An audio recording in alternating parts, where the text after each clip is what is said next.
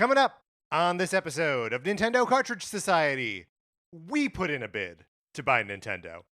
It's dangerous to go alone, so the Nintendo Cartridge Society goes with you.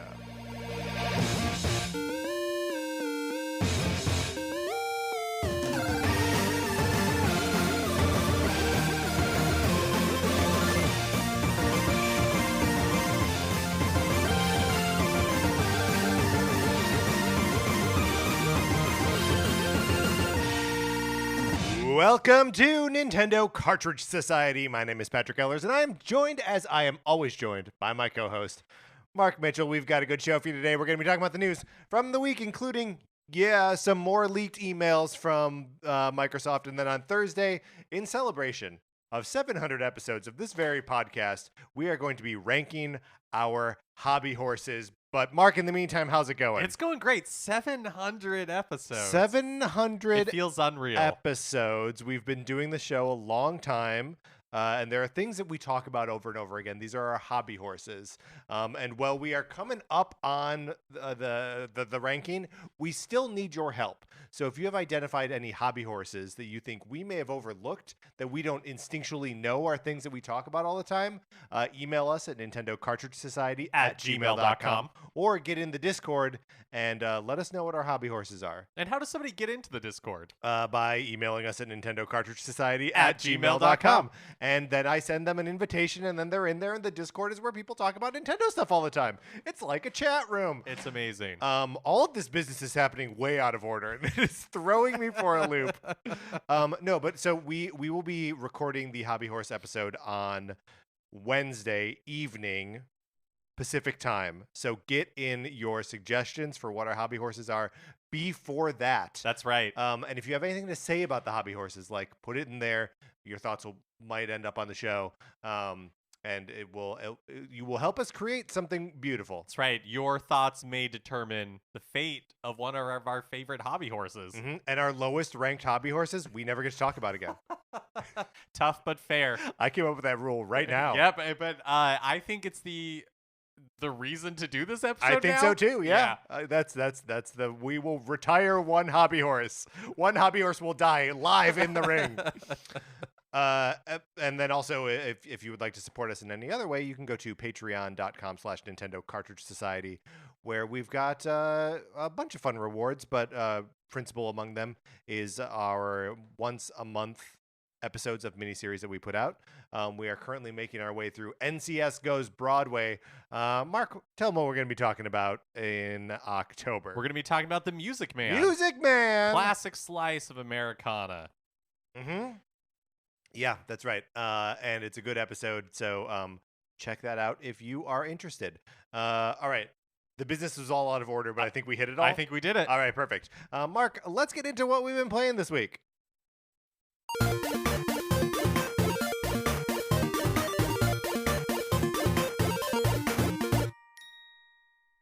Okay, so I've been traveling, and I did go into the Discord to say, hey, I'm traveling this weekend. I'm traveling alone. Mark, traveling alone on a plane by myself. Did somebody walk you to the gate and like check you in with the stewardess? Well, of course, my mommy gave me a little bag with a sandwich in it. No, I did all of that by myself too. So I did go into the Discord and say, hey, what should I play? And I regret to inform everyone that I took almost none of their suggestions, and I mostly read on the plane. But once I got to my destination, I was with a dear friend of mine, and he was going through the Nintendo Switch eShop, looking, brought up that like deals tab, right? To be like, great deals. Let's talk through what games are on sale that I don't know that I should own yet. And he scrolled past Vampire Survivors, and we got to talking about Vampire Survivors. And he was like, "Yeah, I played it on Steam when it originally came out." And I was like, "Yeah, I had fun with it, and sort of like had my fun with it, and kind of moved on." And I was like, "Oh, but there is multiplayer now, so we could play some of this."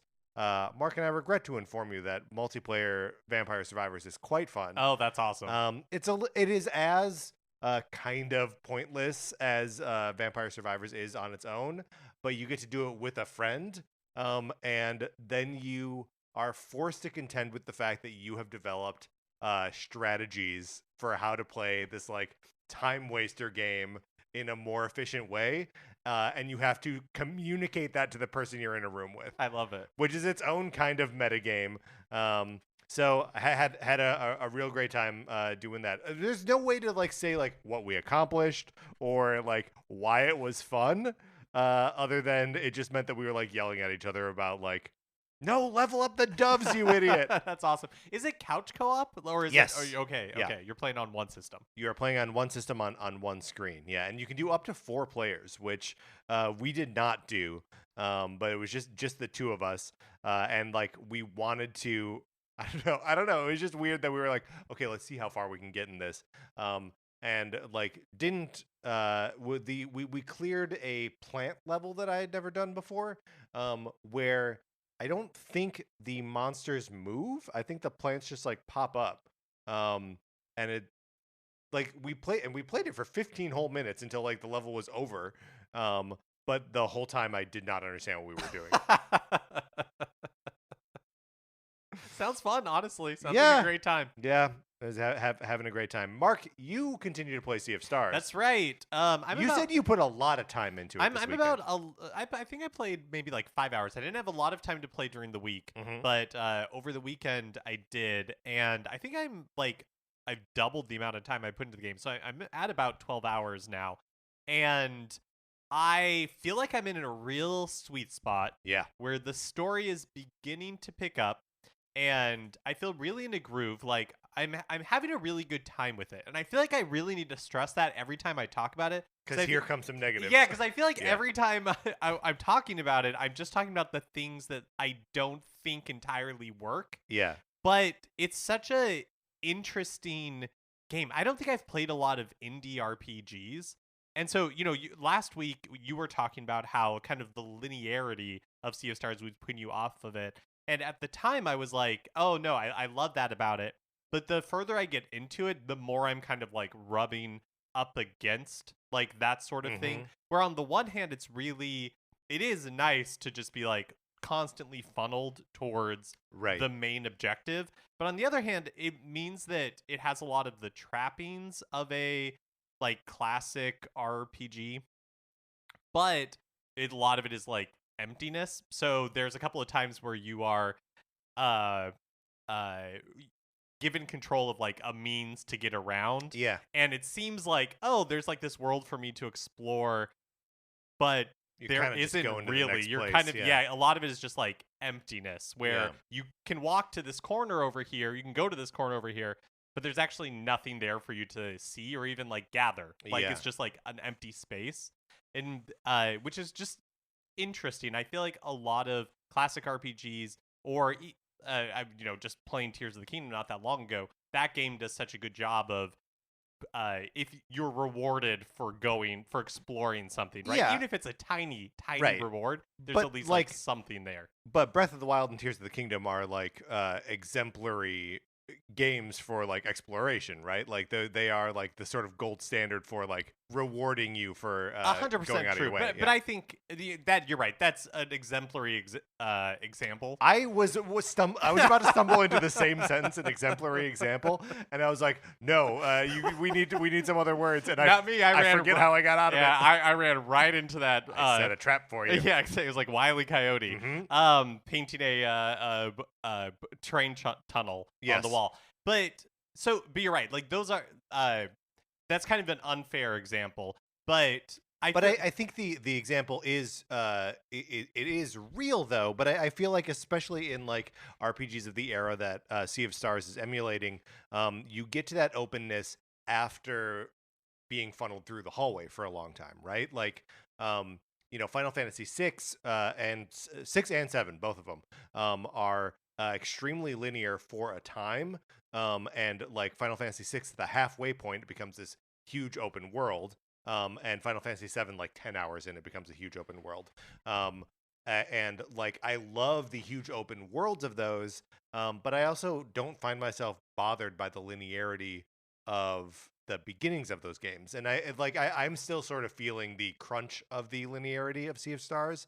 I'm maybe 3.5 or 4 hours in, but so yeah, I wonder if I'm just experiencing like the early game hallways and there'd be wide open spaces that will reward me for exploring them later, but maybe not. Maybe the whole thing is hallways. Yeah, that's what I can't tell because it feels to me that the whole thing is basically hallways. Yeah. But I'm only, I say this, I'm still only 11 hours in. The other thing with Sea of Stars is I'm really enjoying the combat, but I wonder, like, if I'm playing wrong or if I'm missing something because Do you die a fair amount? I do die, but I wouldn't say that often. It's normally like I'll hit like a boss or something, do completely the wrong strategy, and then the next time like get it. Yeah. But the what I'm running into is like I feel like I have the same, basically like the same abilities that I've had from the beginning, and like it doesn't seem like there's very many weapon options. Like everybody has their weapon, and occasionally you're at like a store and you can upgrade to the next weapon, but it doesn't.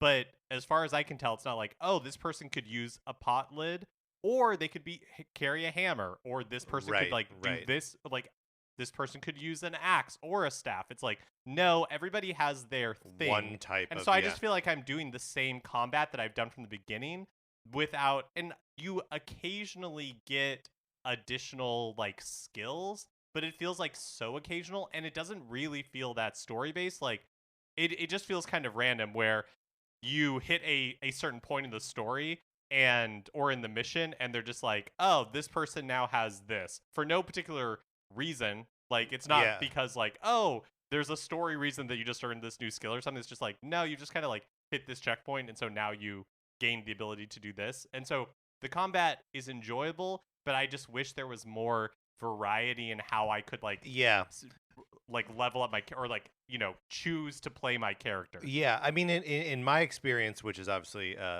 not as great as yours at this point, I find that the combat is so like tightly.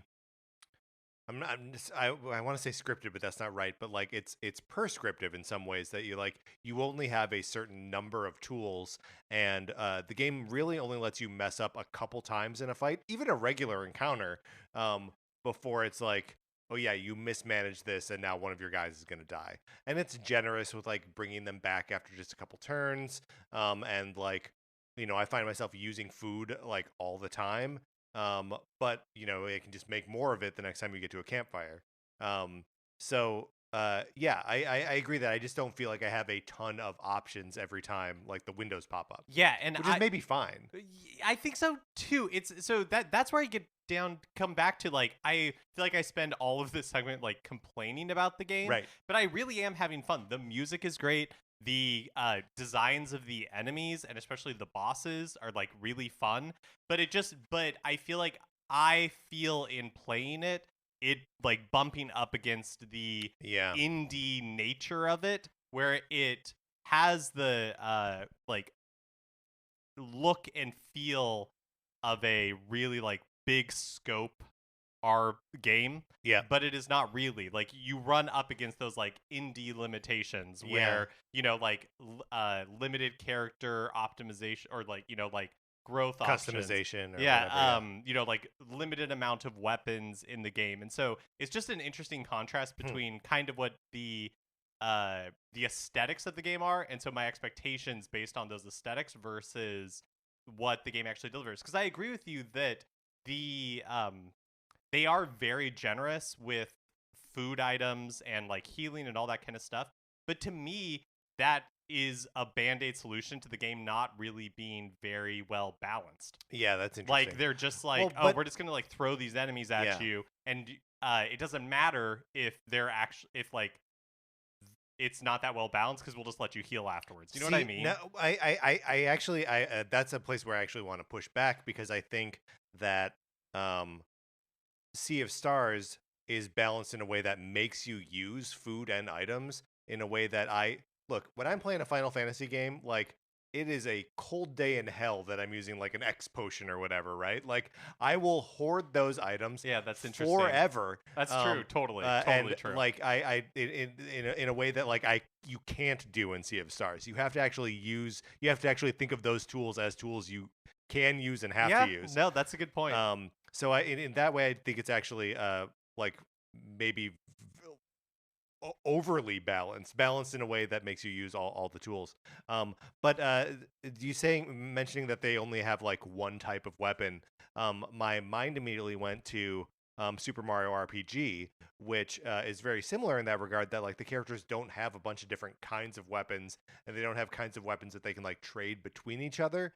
But even within that, like Bowser has two different types of weapons that are like claws, or he spins like a chain chomp, and those are just like basic weapons, and you just like go back and forth trading. Like, he gets a better chain chomp, he gets a better set of claws. Mario has like a hammer, or he's got fists.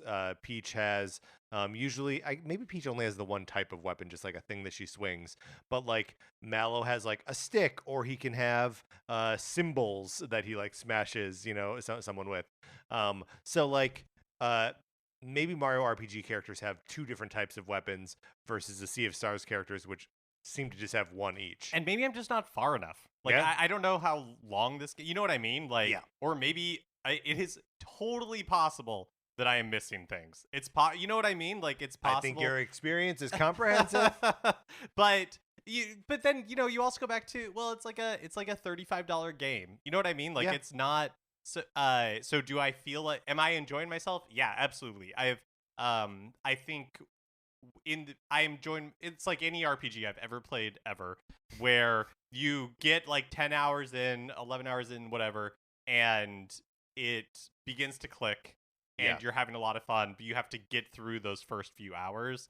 And I really do enjoy Sea of Stars, but it's just been, I don't know. It's a game that I've been thinking a lot about like what I like about it, what I don't like about it. Yeah, that's very interesting. And you had mentioned before we started recording that like when we play games over like a long period of time, it becomes like kind of tough to know what to say about them as we keep going. You obviously have more things to say, and you are like thinking more. But I will be fascinated to see how this conversation develops as we both get deeper into it. Yeah, at some point, I should look up how long it's supposed to last. Because at some point, I might need to do a Tetris 99 tickets moratorium, where it's just like, I'm not going to talk about this for a while. I'm still working on it. We'll loop back around to it. Yeah, but we'll see. I guess on that topic, I'll just mention The Legend of Zelda: The Minish Cap, which the last time we spoke, I had just finished the second dungeon, and I went back into the game to like kind of get the stuff that like right after the second dungeon, and like go kind of like move on to the next story beat, and then as happens frequently for me in this game, I just like hit this wall where I'm like, I don't know what to do next, and I talked to Vati. No, is Vati the bad guy, or is the Vati my hat? I talked to my hat, and the hat's like, oh yeah, there's this thing on the western edge of whatever, and I pull up the map, and like none of the places that I have exposed are labeled as whatever, and both of the icons are on the far west side of those regions, and it doesn't matter because I can't get to either of them. So I'm like, what do I do now? I hate that feeling. I'm in that mode where I'm just like walking around talking to everybody and just like trying to use my most recent items on like everything. I admire your stick-to-itiveness on like not using a guide, because I should just use a guide, it would drive me crazy. I hate that feeling. I absolutely hate that feeling. Yep. So that's where I am with that. The last thing I wanted to talk about is last week I got an email, like a marketing email from Nintendo, saying like, hey, do you want to take this survey? And it was all about Princess Peach Showtime and Princess Peach Showtime's like marketing. And so they're asking the usual like demographic. I just thought it was interesting because the last time I had received one of these was for Fire Emblem Engage, which was a game that I did not feel like the marketing was very effective for me for. Like, I didn't really like understand the appeal as somebody who doesn't have a great familiarity with a lot of Fire Emblem characters. And so this one was a marketing survey, again, kind of being like, it was really focused on one, like, how interested are you in playing Princess Peach Showtime, and then what do you think Princess Peach Showtime is? A great question. And that was basically my feedback, was like, because they were asking about specific costumes that Peach has, like which one was your favorite, like rank these in order, and like Let's do it right now. Let's rank them in order right okay. now. Let's should we come up with separate lists or together? I think list? well, let's do a together list for time. But I think So for me, Kung Fu Outfit is number 1. if Kung Fu Outfit is great, I think I put that as 2. I think I put Patissiere Peach as number 1 That's for me. 2 for me. Okay, so yeah, so we're right there. Okay. And then I think I had Then I go Sword Fighter and then Detective. Sword Fighter. Yeah, Detective. I like in theory. I mean, it's right up my alley. Female detective, but why is she then dressed like Sherlock Holmes? Right? yeah, it's so boring. Although I guess like that's the thing that screams detective for most people. Yeah. I mean, if she were wearing Columbo's trench coat, I mean, buttoned that would be way too so low, good. And you're like, is that Columbo or Inspector Gadget? But either way, it's perfect. that would be so good.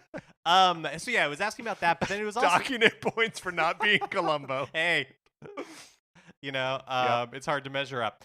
So they were asking about that, and then they were asking, but then it was like, what did you like about it? And it was kind of freeform text, and I said like, I liked that, Princess Peach is getting her own game. I liked the costumes. I liked the idea of having different gameplay styles. And then another question was more on like, what would you like to understand more about the game, or what do you not understand about Princess Peach Showtime? And I said, I don't understand what the game is. Like, the video says that there's going to be different play styles for each costume, but what does that mean? Like, are they mini games? Like, what? Right. Like, it's still, right. And obviously there's many months ahead before the game comes out, so I'm sure we're going to get more trailers and all that kind of stuff.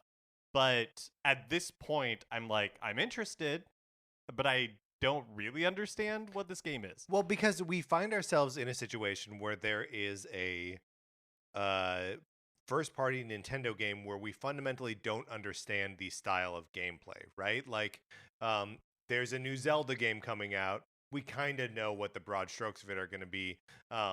There's a new Mario game coming out. We kind of know the broad strokes. Pikmin, like all of these franchises we have such a solid understanding of, but like Princess Peach, like we don't have that. Yeah, it's a new IP it's a new franchise for Nintendo for all intents and purposes. Right, because Super Princess Peach is like a Mario game starring Peach. This is a different kind of game.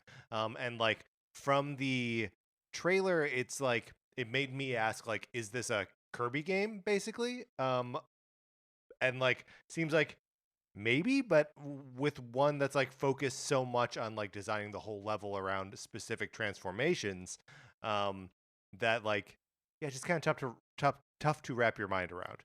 Yeah, I mean, it's not like the survey I sent in for Fire Emblem Engage seemed to have any sway at all on the marketing for that game. But when did you send that? When did you send that in? I mean, it was around the same. It was probably around the same time, like same time frame as like October, the year before it came out. I honestly can't remember, but it was it was ahead of the release for sure. But anyways, it'll just be interesting to see how they, we know that we got that gameplay explainer for Tears of the Kingdom because they realized that people didn't really understand what made the game fundamentally different from Breath of the Wild. Right. And I wonder if other people are feeling the same way I do about Princess Peach Showtime, where it's like, I'm super interested, but I don't really understand what this is.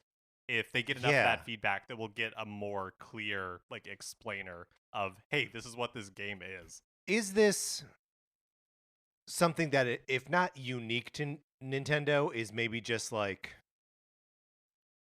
a specifically Nintendo problem? Because like, you look at like other big games that have come out recently, and like like Baldur's Gate or Starfield, or like the new Spider-Man game coming out, or even like kind of lower profile things like Lies of P, and like all. I feel like even Armored Core 6, that like all these games have like the basic premise of these games are like straightforward, right? Like we know what to expect of like a third-person action game with like a Souls-esque kind of bent to it, or that is more superhero-y. Like there's just all of these very useful, very descriptive genre signifiers that we just don't have sometimes or that like the specific appeal of a Nintendo game goes beyond that like genre thing, because they always end up breaking it within the genre anyway. It's not a racing game, it's a Mario Kart game. It's not a fighting game, it's a Smash Brothers game. Do you know what I do? Like, yeah, so am I making sense? kind of like, like 3 Princess Peach games down the line, theoretically this wouldn't be a problem. 'Cause Right. you're like, oh, it's a Princess Peach game, but because it's the first Right. of its kind. But it's also like it was a problem with Tears of the Kingdom, which was like Right. an iteration on Breath of the Wild, and we still needed to have like, no, here's why it's different. Do you know what I wonder is if Nintendo, compared to other video game companies, does not like focus group? Yeah, Because like because they're just so secretive. right, and so I don't know if they, because like Sonic Frontiers leaked, Yeah, like months in advance, right? Like what it was before it was even announced, because they Right. like Sega was doing focus groups to gauge people's interest in it. And I really don't know the answer to this. It's possible that Nintendo does focus grouping all the time and they're bringing in outside people to test. That could be true, but it feels very unlikely to me. And so I wonder if, they don't get a lot of opinions from outside, and so internally they're like, yeah, I know what this game is, this makes sense, like, Right. does this trailer make sense to you? It makes sense to me. And everyone's like, yes. And then they release it to the world and the world's like, wait, what? yeah, And so then they have to recalibrate. yeah. I mean that could very well be it. That they're just, and what's wild is that they've been so good at like pinpointing what's fun in the last couple years, and then just like not great about communicating to us. And so like every game has to become like a word of mouth thing where like the people on the internet are like, no, wait, Animal Crossing is the best thing ever. Right. Yeah, but you're right that some of it is self-evident. Like, yeah, it's interesting with Zelda that they weren't able to effectively communicate the differences until they literally put out a video that was basically like, here's Here, the deal here with this are the game. abilities. Watch me use the abilities. But I remember like when ARMS was announced, it's like, oh, okay, I get this. Like, this is Yeah, pretty, that's true. like clear. Like they did a good job of explaining ARMS. But ARMS was also just visually self-evident. Right. What that game was. Which I feel like Splatoon also like kind of falls into that same category of like visually self-evident. Yeah, it's an interesting question of like how they deal with that and what that all comes from. But again, we still have like 6 months until We got a this long game time, is yeah. released, so I'm sure we will see much more of it in the future as we get closer to it. All right, well, speaking of things in the future, let's get into the new releases and what we might be playing next week.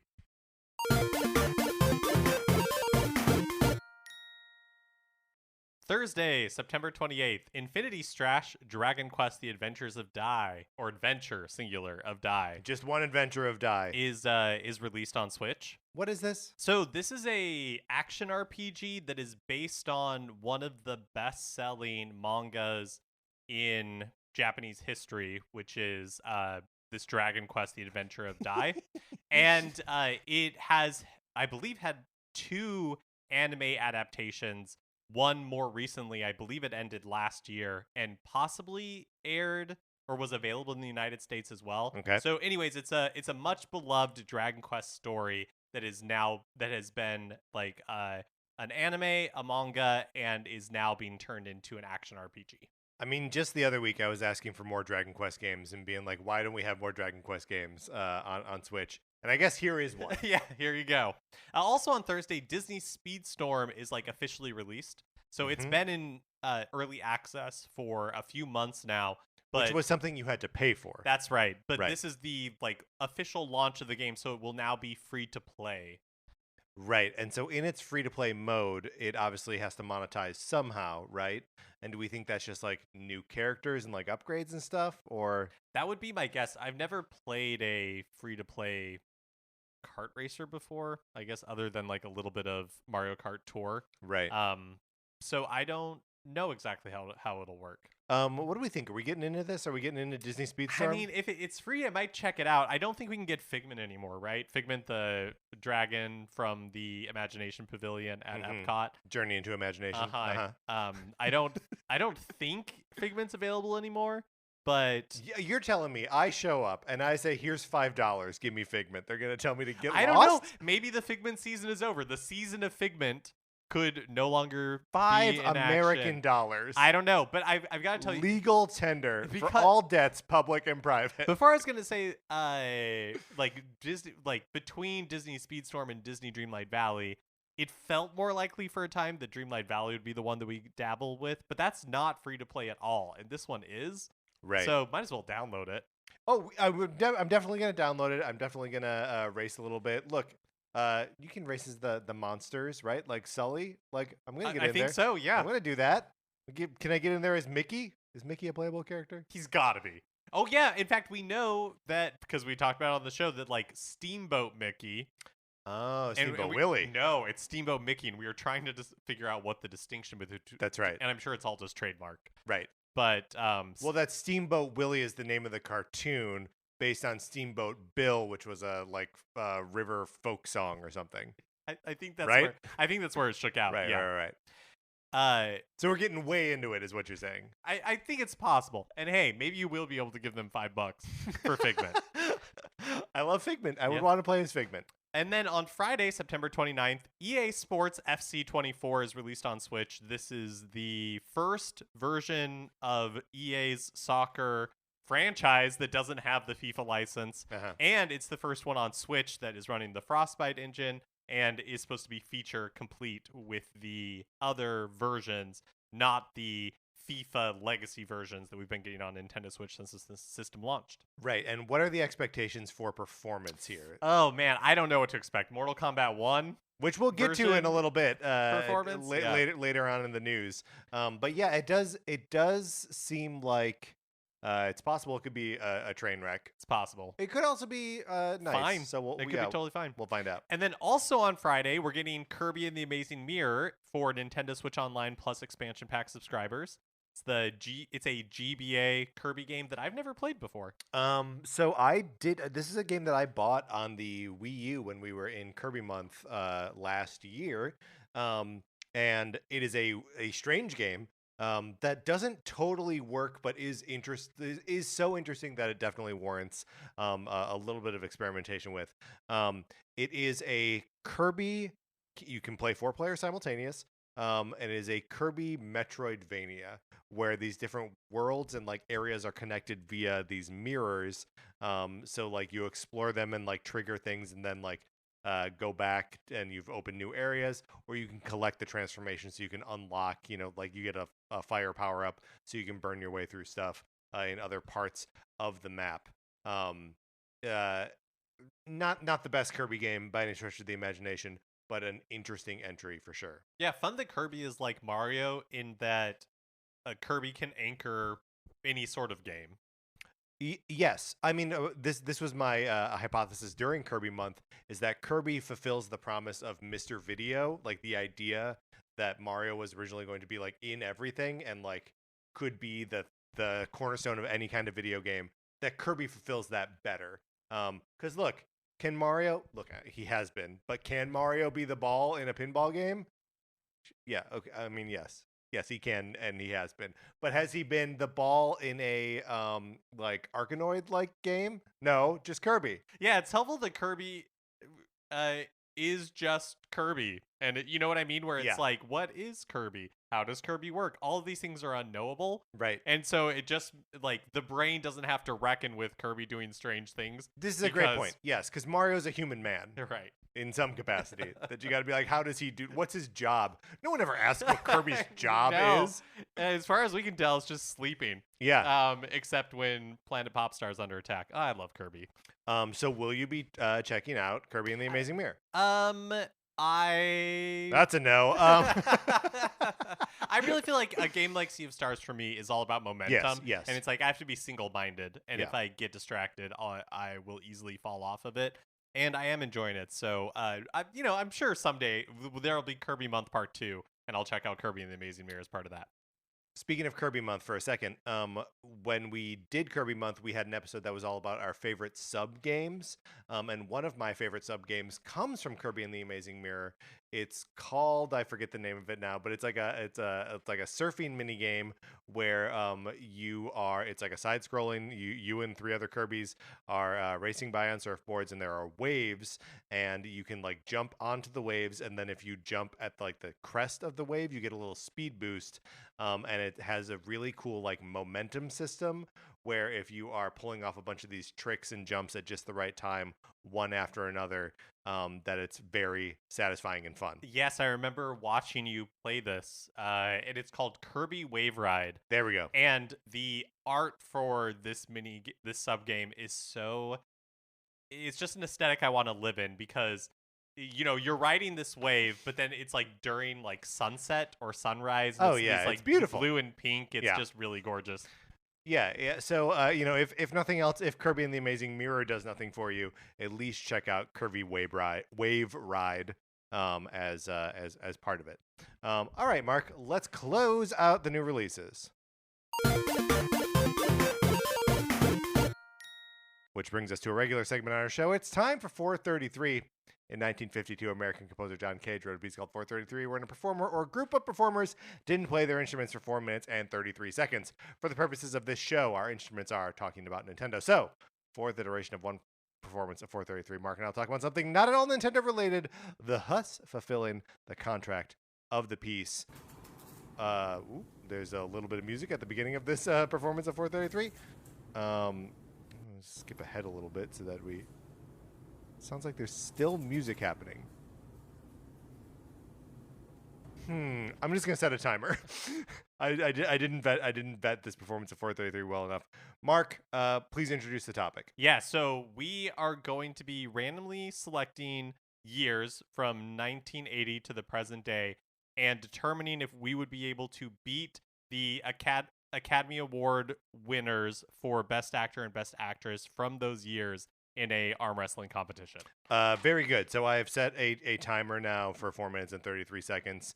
Mark, are you ready for me to generate the first year? Yes, let's do it. Okay. So, we're 1981. Okay. So almost as far back as we could go in this. All right. So 1981 Best Actor was Henry Fonda for On Golden Pond. Okay. So he was old. Just keep that in mind. Right. But he's Henry Fonda. He is Henry Fonda. Okay. Is Henry Fonda known for being tough? And then Katharine Hepburn for On Golden Pond. Okay. So all right. it's a real battle of On Golden Pond here. Right. And I think we each get a shot at both of them. So it's Yes, not like, that's right. okay, yeah. That's right. So we'll both take on Henry Fonda, and then we would both take on Katharine Hepburn. I don't think I could arm wrestle against Katharine Hepburn. I think she may beat me, and I think I let her win. I think both things are true. She would say something so like Cutting. withering, and Yeah, it's true. You'd be done. Yeah, I'm just gonna be honest. I think me today could beat 1981 Katharine Hepburn and Henry Fonda in an arm wrestling competition. I mean, I would want to look tough in front of Henry Fonda, so I would actually try my hardest. I think I let Hepburn win. Okay. Not let like it happens. She wages psychological warfare on me, and I can't do anything about it. So that's how that would go. Are we ready to roll another year? Yep. All right. Next year is 2019. Okay, 2019 Best Actor was Joaquin Phoenix. Okay. For Joker. And I would definitely lose that. I think he has that like crazy person strength. And then Renee Zellweger for Judy in Judy Garland. Ooh, okay. This feels like a similar dynamic to the last one, doesn't it? Except not old. Yeah, you can't be blinded by our love of Chicago. Right. With like for me, I'm pretty sure Joaquin Phoenix would destroy me, no problem. That is a scary man. And then, but I think you think you could take Zellweger? I think I could take Zellweger. I mean, I don't know. She's got like a personal trainer. I almost feel like this one's tough. I don't know. I can't make this call. Okay, so for both, you don't think? I don't think I sort of feel like I could take Joaquin Phoenix. Okay. Because you never know what kind of like artsy nonsense he's doing at the moment. That's like he could be starving himself for a role, or like just in his head, and like you start the competition and you get stressed out by the idea of competition, and then you just wallop him. Yeah, no, that's such a good point. Zellweger is definitely focused. Zellweger's definitely focused. Yeah. But maybe she's too Judy Garland in her head. Maybe. That's true. I beat them both. I say I beat them both. All right. All right. All right. The next year is 1989. Okay, 1989. Best actress in 1989 was Jessica Tandy for Driving Miss Daisy. Somehow I think we're gonna beat Jessica Tandy. Driving Jessica Miss Tandy. But the other one is Daniel Day-Lewis for My Left Foot. And this is another one where my first thought is, no way, Daniel Day-Lewis would definitely beat me. But then I'm like, well, yeah, Daniel Day-Lewis of There Will Be Blood. There Will Be Blood would beat me. But Daniel Day-Lewis of My Left Foot? I'm not sure. He's such a method guy, and he's playing a mostly paralyzed person. I think we end up beating both of them pretty easily. Let's do one more. Okay. We're running out of time. All right. Was doing the same one. 2015. 2015. Okay. Actor Leonardo DiCaprio for The Revenant. Okay. And 2015. I mean, what do you think you are, the bear? Brie Larson for Room. Ooh. I genuinely think Brie Larson would beat me. Yeah, she would destroy both of us. I think Leonardo DiCaprio would probably beat me. Right. He survived that bear attack.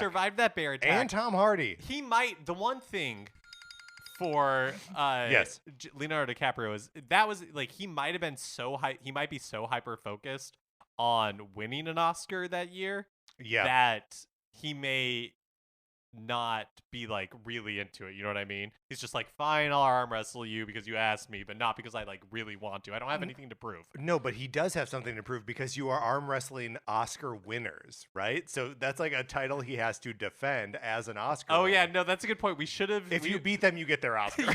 Yeah.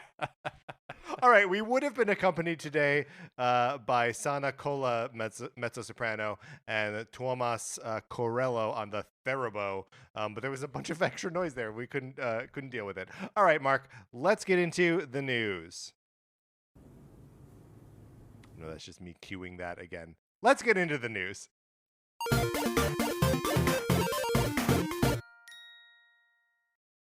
Can you believe that it's only been a week since that big Microsoft email leak? No, it's hard to even it's yeah. No, I don't believe it. Yeah. The thing is, it's not even so much a leak as just an accidental publishing. Yeah, that's true.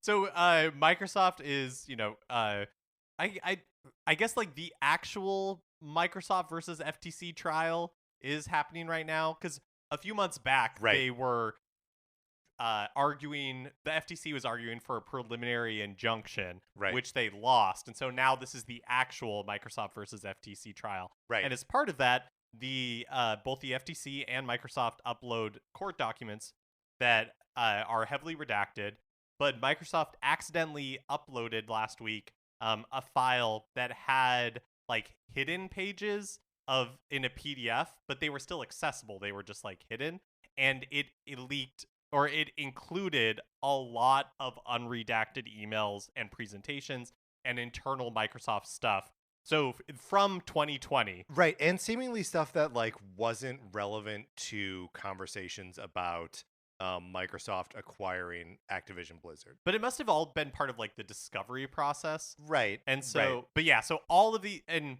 the leak, I keep saying leak, but you're right, it wasn't. The accidental upload, the files included their product roadmap, including revisions of the Xbox Series S and the Xbox Series X, including game release calendars as of 2020, and including freakouts about game release calendars, and a boatload of emails between Microsoft executives talking about their reactions to the PlayStation 5 reveal. And it was really interesting to see. Obviously, this generation has not gone for Microsoft the way that they thought it was going to, because in the emails, they are very confident about the Xbox Series consoles and about their release schedule. And a lot of these emails were post-COVID shutdown. So, Right, So but they pre-release of the new Yes. Yeah, we're Xboxes, talking yeah. like August. I Yeah. think this email specifically that is talking about Nintendo was from August 2020. So just a few months before the Xbox Series consoles and the PlayStation 5 went on sale. And Microsoft is feeling incredibly confident. Right, right. And also just before we move off, like how these documents like would get uploaded accidentally.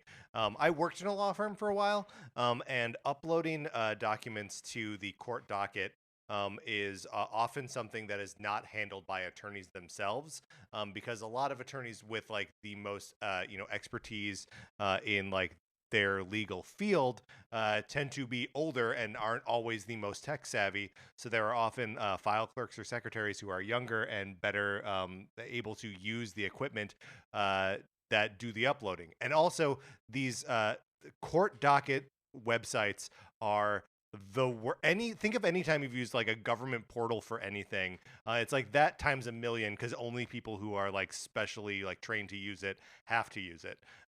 So it is. It is. Sorry, I still don't know how to use the timer on my phone.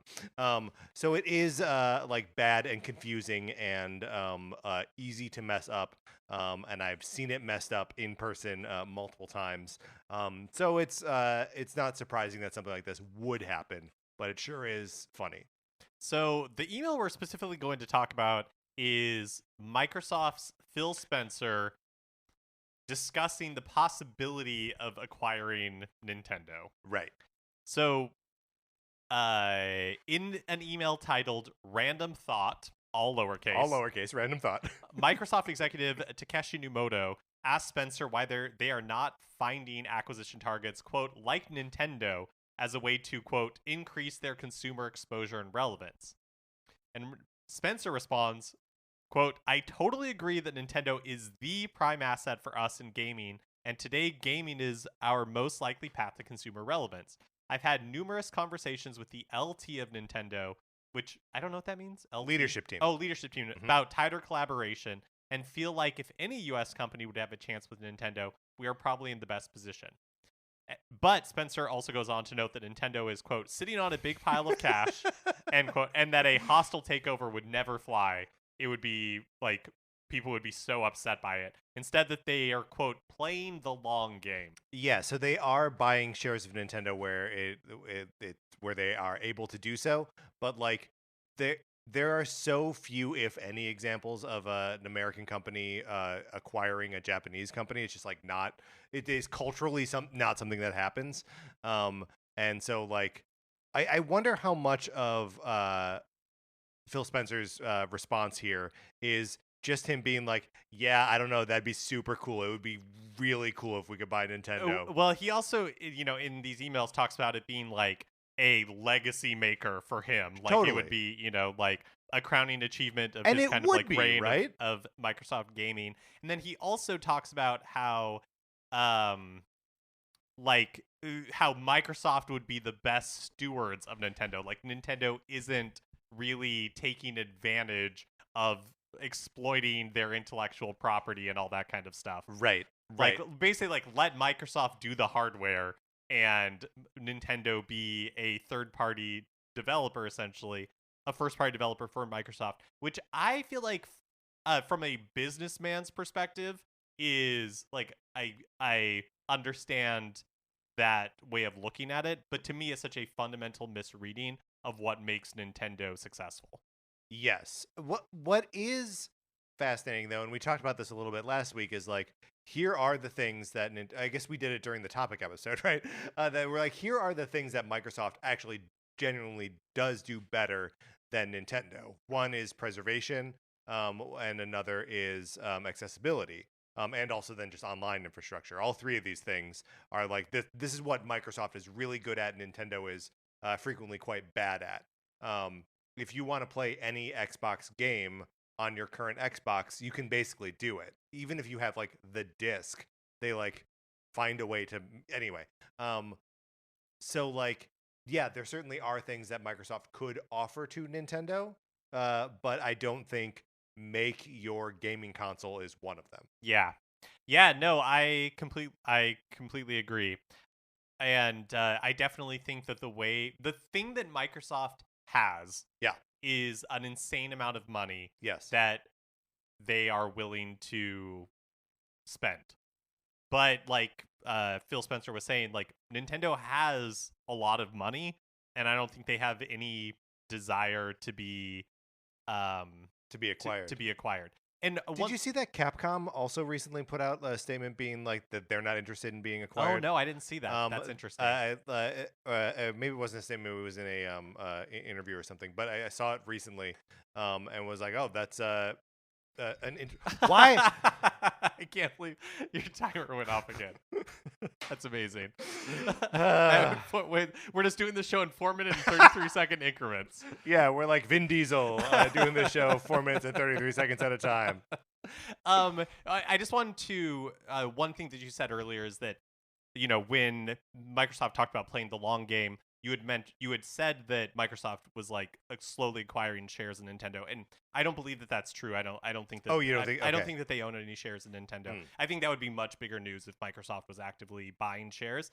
My understanding of what he was referring to is, as the CEO of Microsoft Gaming, he talks to a lot of large investors. Yeah. And there was an investor that, and I can't remember the investment group, but like an investment group that had acquired shares in Nintendo and has a seat on the Nintendo board, I believe, that it is friendly with, like, Phil Spencer knows well. Got it. And that's what they're like referring to in the emails, is like, oh, there's this person from, I'm sorry, I keep blanking on, I don't know the name of the investment group. Yeah. But like this person from this investment group who has a board on Nintendo, and like that, like that as kind of like playing the long game. Sure. Not that Microsoft is purchasing shares of Nintendo. Got it. Yeah, well, and like regardless, it's none of it is like, even if they are playing a long game, it's not like a Tyrion Lannister style long game. He's kind of just being like, where if an opportunity arises where we could buy it, we will, but like that opportunity may not exist. Right. And we know back in like 1999, before the launch of the original Yes. Xbox, Microsoft had approached Nintendo at that point about acquiring them. So it's obviously and we're something that's been on reportedly their laughed mind. out of the room. Yeah, that's right. But I mean, it totally makes sense from Phil Spencer's point of view that Nintendo would be a really good get. Yeah, if you could get them. No kidding. Famed video game producer and social media grump, it's true, famous for the blocks, Hideki Kamiya, will be leaving Platinum Games, a company he helped found, on October 12th, 2023. Yeah, wild. Yeah, seemingly out of the blue. So Kamiya co-founded the studio in 2007 with the current CEO of Platinum Games, Tsushi Inabata, and Shinji Mikami, who is most known for the Resident Evil franchise at Capcom, and Tetsuya Minami, who is also a former Capcom producer. Mikami and Minami are no longer at Platinum Games. They had previously left. Right, so this leaves Inabata as the only like founding member who's still with the company. So at Platinum, I would say Kamiya is best known as the creator of the Bayonetta series and director of the first game. And he was also the director of The Wonderful 101. Mm-hmm. At Capcom, he worked on Resident Evil, directed the first Devil May Cry game, was responsible for the Beautiful Joe series, and Okami, which was kind of like, only had one game on the PlayStation 2, but it was ported to Wii. There was actually a DS game, I think, as well. It's kind of like a Zelda-like. Yeah, I mean, where you play as a wolf. Yeah, I mean, Kamiya kind of like spearheaded the like modern third person like action game, right? Like with all of the, I mean, starting with Devil May Cry, and then like obviously Bayonetta being the sort of like inheritor of that. So like he leaves like a hole that is like specifically platinum shaped as he leaves here. So publicly, this seems cordial, if not necessarily amicable. Like Platinum Games released a statement in which I believe they thanked, Kamiya for his contributions. Right, but they don't name him Bayonetta Ambassador. Right, for example. That's right. And then Kamiya posted on Twitter, saying, quote, "This came after a lot of consideration based on my own beliefs and was by no means an easy decision to make. However, I feel this outcome is for the best. I will continue to create in my Hideki Kamiya way." So it's like, it seems cordial, but you do wonder what was happening. Platinum, on the Nintendo side was their partner for Astral Chain, Mm-hmm. obviously the Bayonetta series, and which had 2 games in the last year, including like the Yep. spin-off. But in 2022 they had what was it called, like Babylon Falls, I think, which was a game that they did with Square Enix that was a pretty enormous bomb. I don't know, the Wonderful 101, when they did that Kickstarter, like that Oh yeah, I all was forgot kind that of a that was all. disaster. So, Yeah. and about a year ago, I think it was last July, there was the person from Nintendo who joined Platinum Games as a vice president. And Nintendo, he was responsible for like working with outside developers. And it seems like he was taking on more of an operational role as Platinum Games tries to become like a publisher of their own video games. Right. But I don't know. Platinum Games just seems like it's in a really weird spot. It does. I mean, it does have, like what Bayonetta gets to like keep coming back, it seems. Although I wonder if they'll be able to continue making them It without seems up Kamiya. to Nintendo, right? Yeah, it's a good point. And then they've got the Near Automata game, which is like another one that like keeps being re-released and that people seem to have a real affinity for. So like and as long as they have the like partnership with Nintendo, I mean they made the last 2 Star Fox games, which were also bombs. But yeah, it just it makes me wonder like what is the state of like those partnerships and like what is the health of Platinum without Kamiya. Yeah, and Kamiya, like I wonder what is he actually been able to do? Because do you remember when he was working on Scalebound for a really long time? Yeah. I mean, that was like 6 years ago, 5 years ago that Right. that was announced, I think, and then it got canceled. Yeah. And I think he was pretty public about that being pretty gut wrenching for that game. Right. One, and that was another like Microsoft exclusive. That was Microsoft, yeah. And then I think he had a smaller game come out last year, but there, the Wonderful 101, when they released that on Switch, doesn't seem like that was particularly successful. Right. So maybe he just hasn't. He was working on another project for Platinum, but we haven't heard anything about it for a long time. So I wonder if it got canceled and this was kind of, like who knows. But it'll be interesting to see where he ends up and what he does next. Yeah, I mean, I like that he's always been a like fiercely independent kind of guy. Like it's just so funny to think of like if you were a video game publisher and developer that like if you had one of your like leadership team just like blocking people indiscriminately, not indiscriminately, it's always with a reason, but like being a like notorious curmudgeon on Twitter, I think you would try to control that a little bit. But no, he's just like he's always been his own man and just like does whatever he wants to in his like front facing role. I'm sure wherever he winds up, he'll be fine and he'll make cool stuff going forward. We talked about the poor technical performance of Mortal Kombat 1 on Switch last week. And earlier in this episode. And it sounds like series producer Ed Boon wants to fix those issues at some point, saying, quote, "A number of the concerns of the issues that had come up will absolutely be addressed. It would have been ideal for us to have released the version that we absolutely wanted, but anything that we're finding a problem with is on our list and is going to be fixed." He went on to say that Mortal Kombat 1 on Switch, quote, "will be supported like we did with Mortal Kombat 11. And, a lot of the development of Mortal Kombat 1 on Switch was not actually handled in-house by NetherRealm, but by another studio called Shiver, and maybe Saber Interactive, right? Maybe those two in conjunction. I think that's right. Didn't write it down for the notes here. But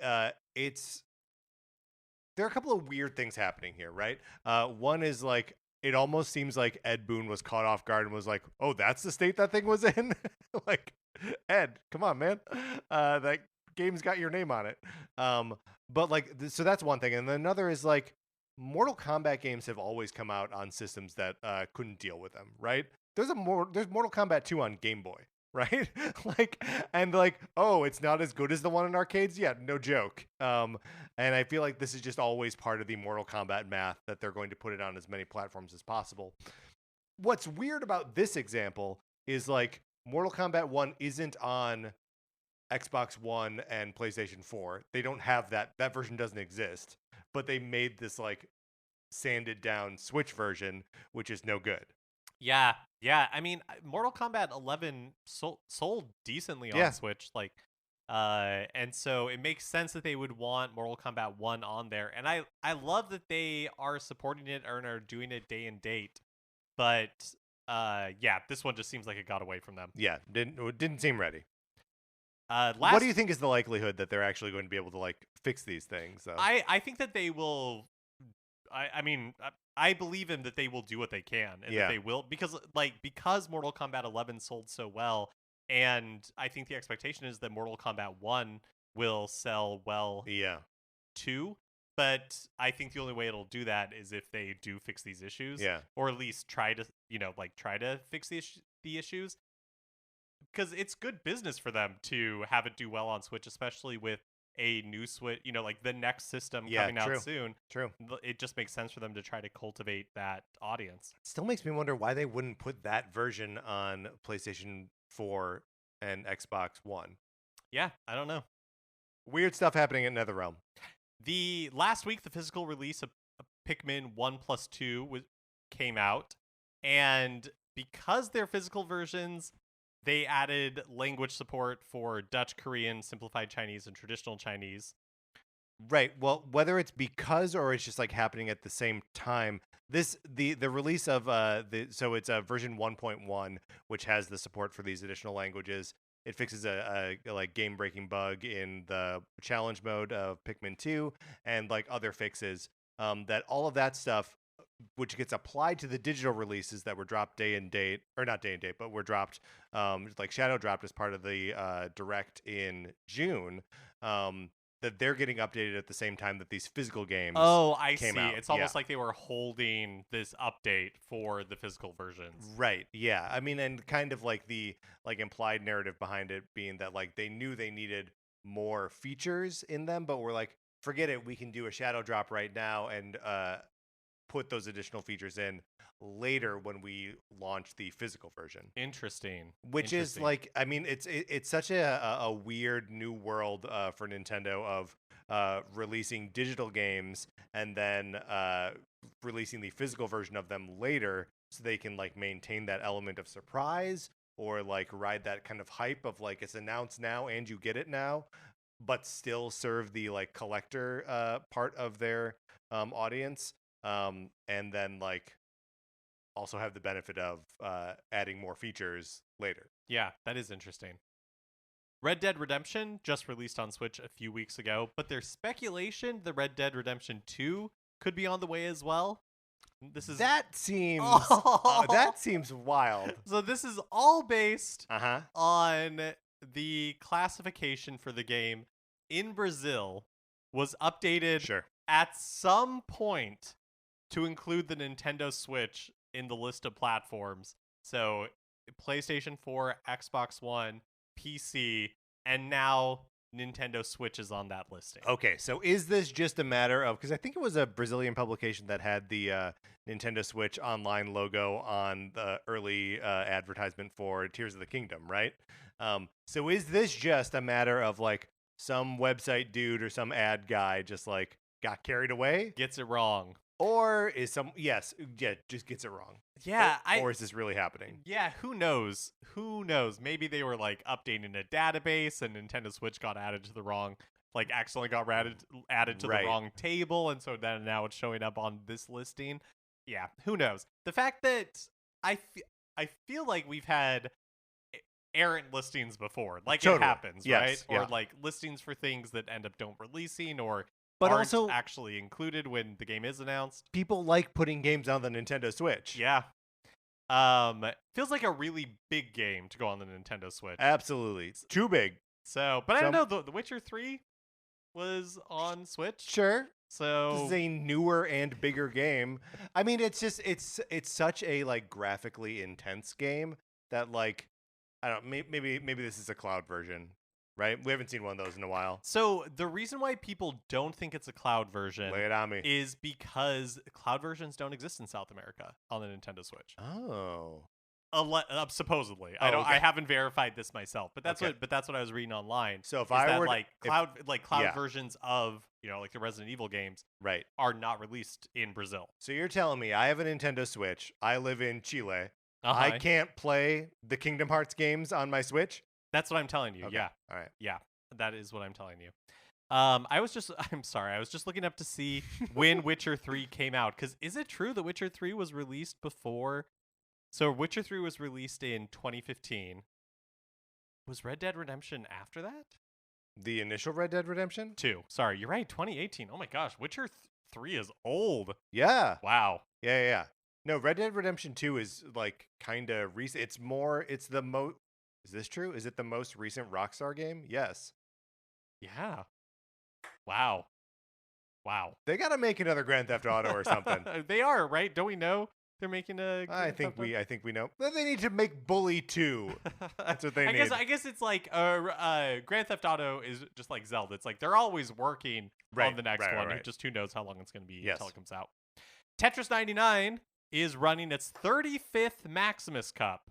It's Xenoblade Chronicles themed and runs midnight Pacific time on September 29th through 11:59 p.m. Pacific time on October 2nd. And specifically, it is Xenoblade Chronicles 3 themed. That's right. And so I thought that maybe this was timed to the release of the Noah and Mio amiibo figures. Nah. Like in the key art for this Maximus Cup, those characters are featured prominently in the promo art.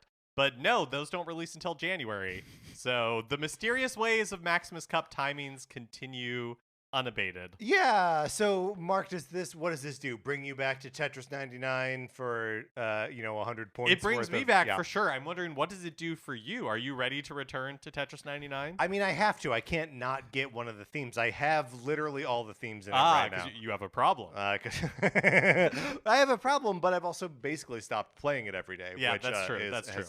Has been nice. I get a little time back that way. But yeah, it is. It's so funny to though. Here we go. We're tying this to Xenoblade Chronicles 3, a game that came out months ago.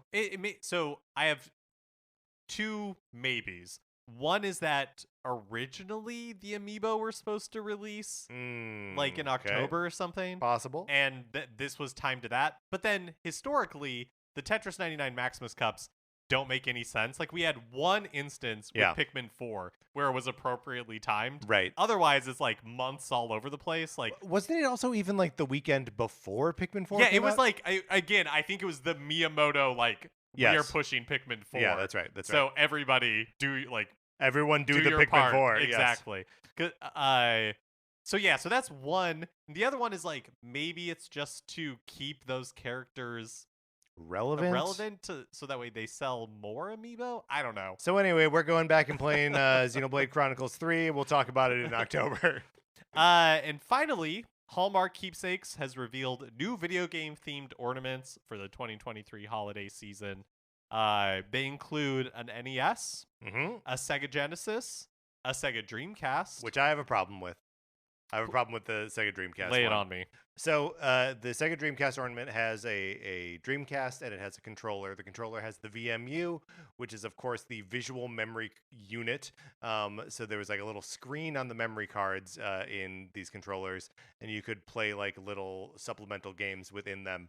And there's a pixelated Sonic the Hedgehog on that VMU. However, it is far too easy to make out that it is Sonic the Hedgehog. It should be so faded and so dull, and the pixels so big and so bad that you should not be able to tell what's happening on that screen.